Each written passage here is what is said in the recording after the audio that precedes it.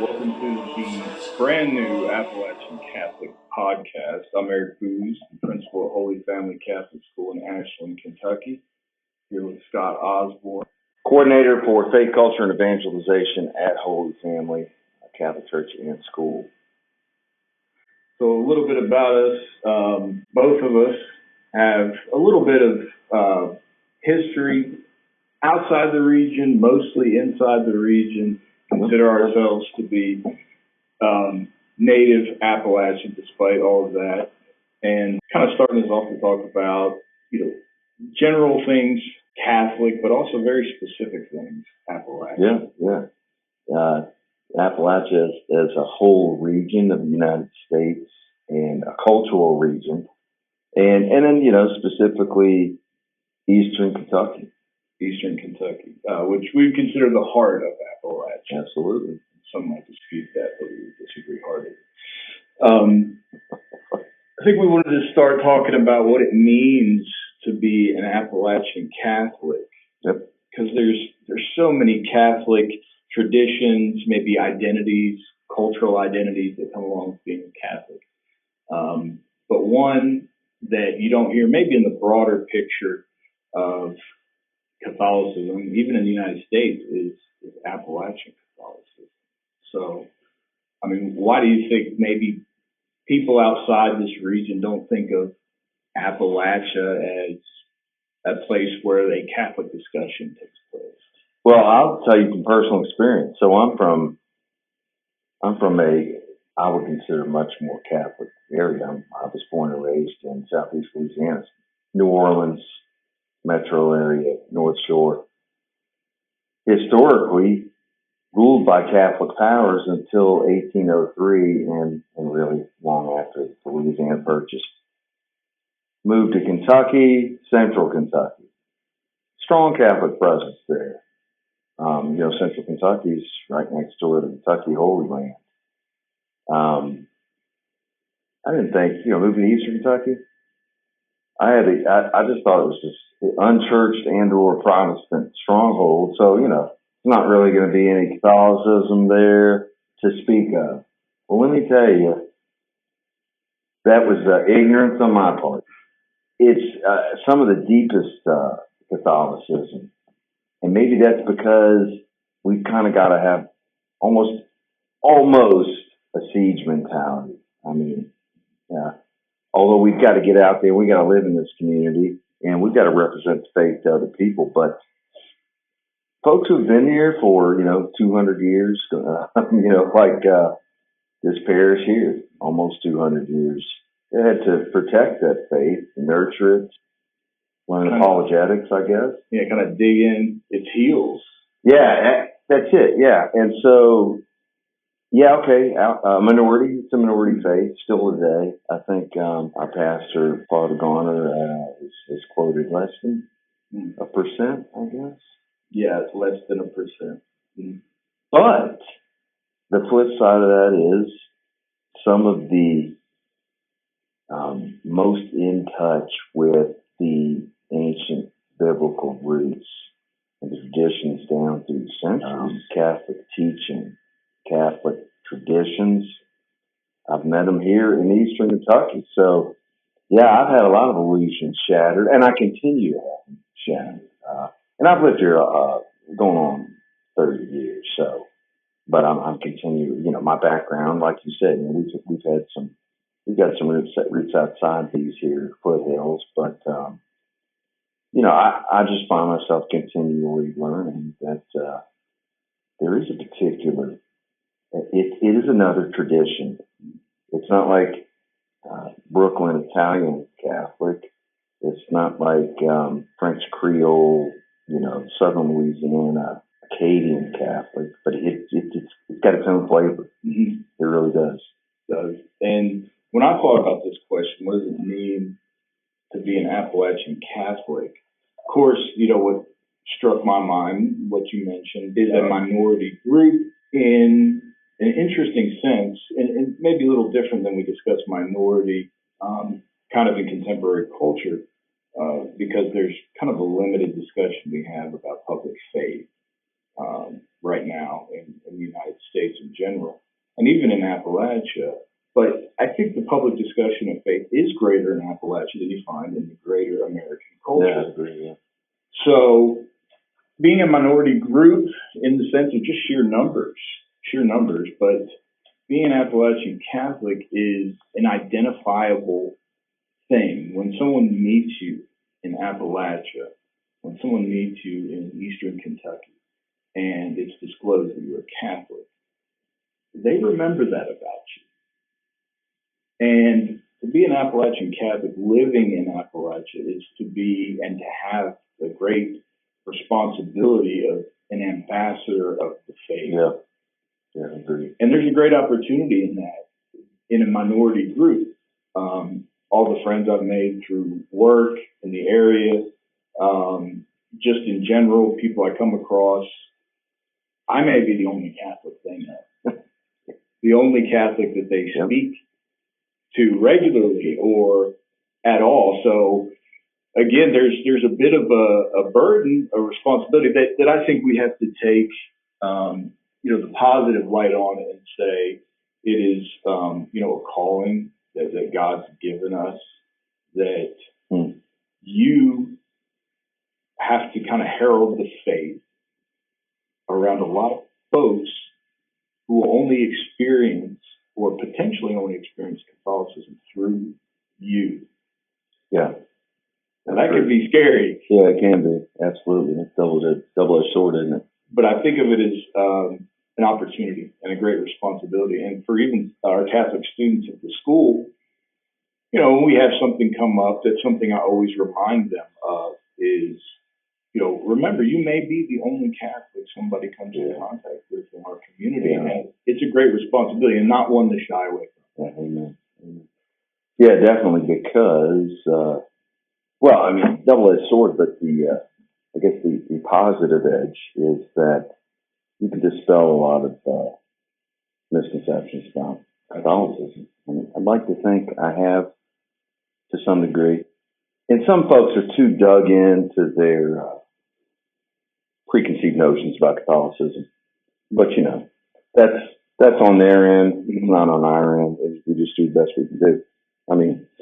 See that we're human beings. We don't sacrifice, babies on the altar. And, at nighttime, we're not, worshiping the devil and, whatever the meaning. I could go on and on about some of the more fringe notions I've run into about Catholicism. But those aren't particular to Appalachia, because we can all jump on the internet right now and see some pretty ridiculous anti-Catholic websites and blogs and podcasts and whatnot. So, but that's an opportunity, like you said. One of the things I also think of in contemporary Appalachia, and I know it's a conversation we've had before, is kind of with the state of just general Christianity in the United States. I feel like in this community, just being part of the community, being out there, being, Catholic and involved in things, is a huge, responsibility, but it's a huge benefit to everybody. And the contemporary conversation around Christianity and such is to the degree that, and I've run into this talking to other Christians, that maybe the time of, 80 years ago, 70 years ago, you could hear stories in the parish of, kind of some really staunch anti-Catholicism in the community. Yeah. But I've got a lot of sentiment from folks that the time for that is kind of past. And the time is for Christians as a whole to really find their commonalities at a time where maybe they don't feel like the kind of Christian life is as public as it once was. Yeah, true. Absolutely. Well, and you see that across the denominations in this country, in Canada, in most of Europe, church sin plummeting. It doesn't matter whether you're some Protestant, you're Catholic, you're Orthodox, whatever. Judaism even. People of the book, in general, are seeing a huge drop-off in participation in the faith. So, and then, what is it? The nuns are and that's folks that I guess technically they're agnostic, but people who, they're disaffiliated from, or they've never had any affiliation with a denomination in the first place. A faith group, a church. That's the largest, that's the fastest growing group. I don't know if it's the largest yet. It's the largest faith group in the country. The nuns. Yeah. And so, yeah, the rest of us. The NONES. Yes.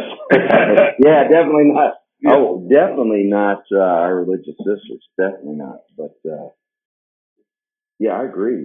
We do need to, and I do see evidence of that, finding our commonalities. We need to find our commonalities. You start with Jesus Christ, of course, faith in Jesus Christ, which I tell people, this is the reason I'm Catholic. Yeah. I mean, there's a lot of reasons, but it comes down to it. It's Jesus Christ. I mean, there you go. We've got popes, but that succession was started with the laying on of hands and the renaming of Simon the Fisherman. And, our Lord did that. The Rock. That's it. The Rock. So, and that's what we believe. That's it. Church Yeah. is founded on. You could pass, or you could find the succession of your pastor going all the way back to the apostles. Yeah, which is an amazing thing.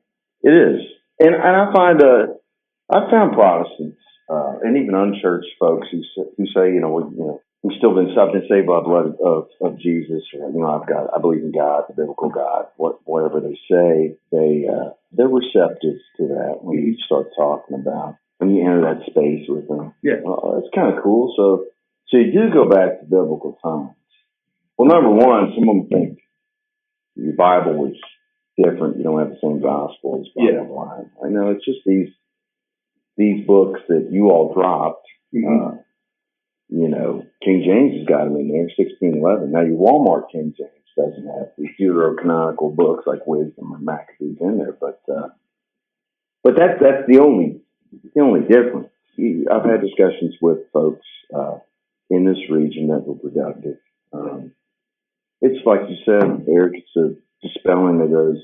It's an opportunity to be an ambassador, and so you can dispel some of those misconceptions, and then let's just meet where we've got some commonalities, because to me, the wolves are at the gate. Mm-hmm. I mean, it's not like we're exploding and we're just raking in the converts, regardless of what some mega churches in major urban areas are going to tell you. Yeah. And those mega churches face their own criticism from Protestant groups as well. Yeah. I think, kind of the televangelist era kind of morphed into the mega church, the church attainment. I think you had a better phrase for this. Your phrase, religitainment. Religitainment, that's it, yeah.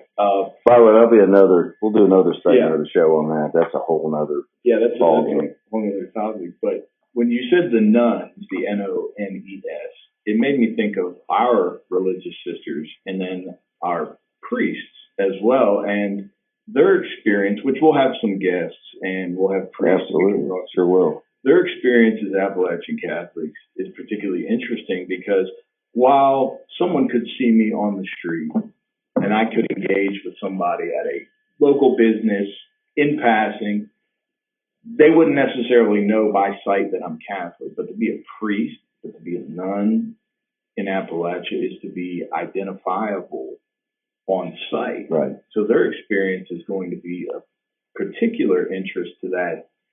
What does it mean to be an Appalachian Catholic? Because everywhere they go, I mean, everyone knows the collar. Yeah. Everyone knows the Roman collar. And I know when our pastor, Father Gar, he's going anywhere in his Roman collar, it is on-site identifiable. Yeah. You can't hide. No. And I don't think you can talk about Eastern Kentucky Catholicism without talking about, and I have to defer to you on this, Father Biden's influence. Oh, yeah. I mean, what was interesting about him is he adapted. Bishop Malloy sent him from the Covington area to mission fields, quote unquote, here in Eastern Kentucky, and he served all over Eastern Kentucky. He ended up the last 25 years of his life in Louisa, primarily working in Lawrence and Martin, but he continued to work all over the region. But he adapted not his beliefs, but he took up street preaching, which is something Appalachian preachers. That's a great tradition they had. He would have, in fact, I think just a couple of years before he died, we were in, let's see, Beauty, Kentucky, Martin County. Great name. Yeah, absolutely. We got Beauty in Martin, in Boyd County here. We got Princess. When you get out right. That's right. We were in the parking lot of some Dollar General in Beauty. Yep. For one of his last, standing out there in the lot, mic hooked up to some loudspeakers on the church van, and he's just preaching. And that's something he didn't start doing in Northern Kentucky. He's doing it here because he added that to his repertoire, and it just became something he did for decades. And so, yeah, you're right, Eric. He's the epitome of the Appalachian Catholic, especially the Appalachian Catholic clergy. Yeah.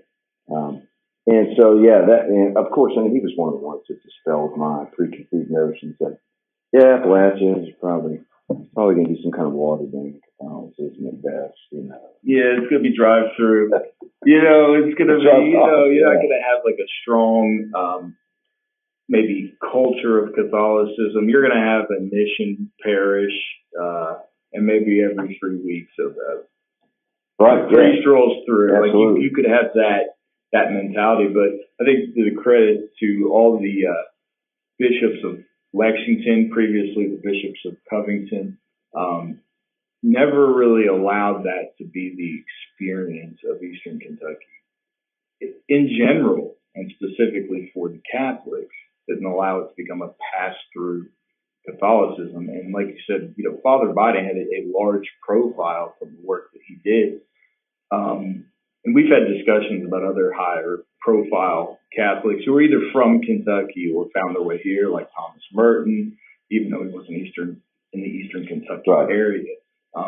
There's still like a connection that we feel in Kentucky, in the Eastern Kentucky, to what we have culturally in terms of Catholicism, and then, of course, linking that to the faith, having people that we can look to and say, they really represented Catholicism for Kentuckians, for Eastern Kentucky, for Appalachia. Well, and look at this parish, Holy Family, 1858. There were some Catholic presence here beforehand, but since that date, it's been a fixture of Kentucky Catholicism, Appalachian Catholicism. I mean, like I said, here in 2058, through 200 years, the school and the church, the parish, been here, all that time. The school, let's see, I guess Holy Family Catholic School Day, the city declared a day in the fall. I guess that was 2022. That was, it was. Just marking the fact that it was one of the very first, if not the first, educational institutions in Northeast Kentucky. That's right. Yeah. And the history of the parish, and maybe not to digress too much into it, you get into old 19th century coal steel industry, and they were very interested in building communities around the industries that they were establishing throughout Appalachia, and they would give land grants to church communities.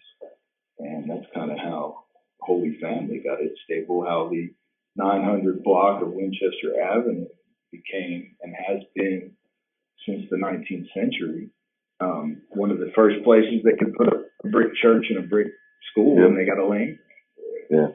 And I think you find that in Appalachian Catholicism and Catholicism everywhere. It's when those opportunities are there, the Catholic Church leads the way. The Catholic Church has a large history with obviously property ownership, of establishing communities, of providing, the gospel to people through its clergy. And, Catholics in Eastern Kentucky did not miss that opportunity when it came along. And Appalachian Catholicism has a lot of, I think through its history, has a lot of interesting roots. You start with the French, Diocese of Bardstown. Yeah. And then as you get later into the 19th century, Irish influence. Absolutely, yeah. Grows. And I think it's still largely, I'd say, kind of the predominant tradition. Or has things changed? I'm not sure. What are your thoughts on that? They've changed, but I guess demographically, Irish, Scots, Irish. Of course, Scots, Irish, and that's a whole other segment too. Presbyterianism, and then unchurched, because those who settled Appalachia, there were no churches or preachers. So you kind of had this like syncretism, Presbyterianism, bunch of other things. Yeah. The domestic church of many. Yes, the domestic, absolutely, and that's what dominated Appalachia for centuries. So, that's why we've got this interesting mix. It's still primarily, people don't realize this. I didn't realize this until I lived here about 10 years. It's primarily an unchurched area. Always has been. For the reason that, gosh, for at least 100 years, you had some circuit riders. The Methodists, the Baptists, a few Presbyterians, although that was mainly in southeast Kentucky. But, you didn't have any physical brick and mortar structure or even, wooden structures. You had preachers passing through when they could. You had a lot of domestic churches. A lot of people fell away. You had a lot of development of personal faith, And so those folks are just very resistant to joining any organization. Yeah, that's exactly. Trust. I always say Eastern Kentucky, we're not joiners. No, I was going to say exactly what you just said is there are Appalachia is very institutional skeptic. And a lot of reason for that, though, and I'm not going to say it's invalid. No, there's a lot of great reasons for that. And in a lot of ways, Appalachia had, and maybe still does, maintain its tradition of almost having a frontier mentality. Geographically, less likely to have outside influences for most of its history because of, again, the whole geographic nature of this. And, you could say that's significantly changed in the last 70 years, which is true, but it's been slower to maybe assimilate into a larger monoculture in the United States, even with mass media. True. And when I was teaching in the classroom, I was a history teacher, I would teach about a lot of things that students already knew, but they hadn't put in context. I would always joke that you have old Appalachian music that is handed down still in a lot of families. Yes, that's right. But you may not have a lot of Puritan hymns still sung in Massachusetts. True. Amen to that. That's, good point. Yeah, so Appalachia's got and has been able to hold on to some of its uniqueness, which everyone experiences. And the Catholic Church has a place in all of that. Absolutely, because that kind of insular quality has helped this parish. I've met several people. Yeah, my grandparents were parishioners of the Holy Family, and their parents were, and their parents were. I mean, gosh, you've got some real legacy families here. We have like fifth generation students in the school. Absolutely, yeah. Keep running into that. Yep. It's incredible. Just before this, we're going through some old texts that we found. Gosh, in the church. I mean, dating back to the 19th century, and it reminded me of the yearbooks. I love going through old Holy Family yearbooks, obviously a history guy. Anyway, and you'll find names you're familiar with. Yeah. And go, that person is definitely related to the man I know that I sit in front of in the pew. Yeah. So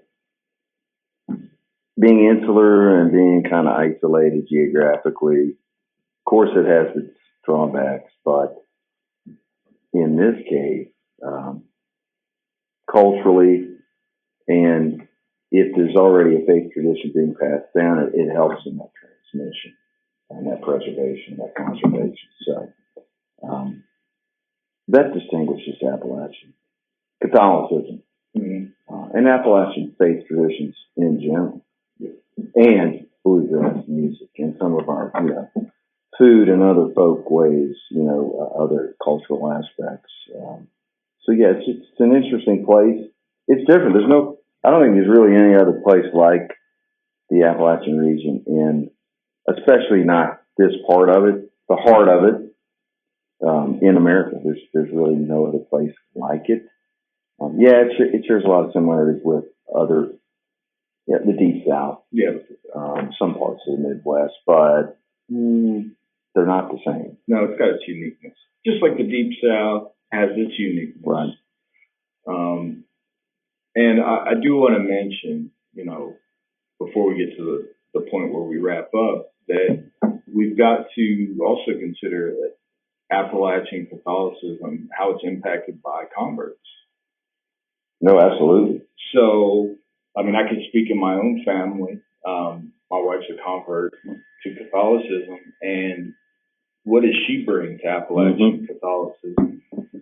Well, she has a great tradition in her family of Appalachian cuisine, shall we say. Yep. That's been passed down from generation. So is my wife. Yeah, generation to generation. Yep. And she's really taken into consideration some of the traditional meals that Catholics ate on specific feast days. But she always brings that old, almost frontier Appalachian, dining food to it. So our children are growing up with this very uniquely Appalachian Catholic experience in that one example. Yeah, definitely. Well, as Eric mentioned, we're gonna wrap this up. The first few episodes will be between 30 and 45 minutes. Will we get up to an hour? Probably when we have our guests start to show up, maybe once a month. We're gonna start out with every 2 weeks. So every other week we'll have a show. We'll premiere them on Mondays, I believe. We're recording this incidentally on one of our favorite feast days, Feast of St. Joseph the Worker, on May 1st. So, and I'm Pius the 12th. Is it Pius the 12th as well? Oh no, Pius the 12th. He was the one who enacted. Oh, absolutely, sure was. Yeah, in response to they had a Catholic response to May Day. Yep. Yeah. Communism. So that's another segment too. Yeah, he did enact this feast day. But, it's all about the dignity of work, and he is the patron of the Universal Church. And, I think it's good to have the first episode to be recorded on this Tuesday. And it reminds me of the refrain from morning prayer, and I believe for today's Mass, the response to the responsorial psalm is, Lord, prosper the work of our hands. So hopefully this will be something that people find, people receptive to and find worthwhile. We've already mentioned other topics. Heck, some of them they popped up while we're having this discussion. Yeah. We thought, okay, that's going to have to be an episode. That's going to have to be an episode, but I'll be Andrew. Oh, yeah, I will too. That's we'll talk about education. We'll talk about culture. Heck, we might focus on food one day. We will talk about the intersection of the universal church's culture and tradition. Yes. We'll also hone in on Eric's got a very specific Italian kind of alpine ethnicity. I do not. I'm more Irish and Acadian. So we've got different things we bring to the table. But yeah, we also have, this is our adopted home region. We keep encountering new aspects of Appalachian culture. Talk about Ashland in general, Northeast Kentucky, differences in the region, points of interest to Catholicism in Appalachia. It's something I'm learning about. The faith in general. The faith in general. Catechesis, to the extent in which us laymen can do it justice.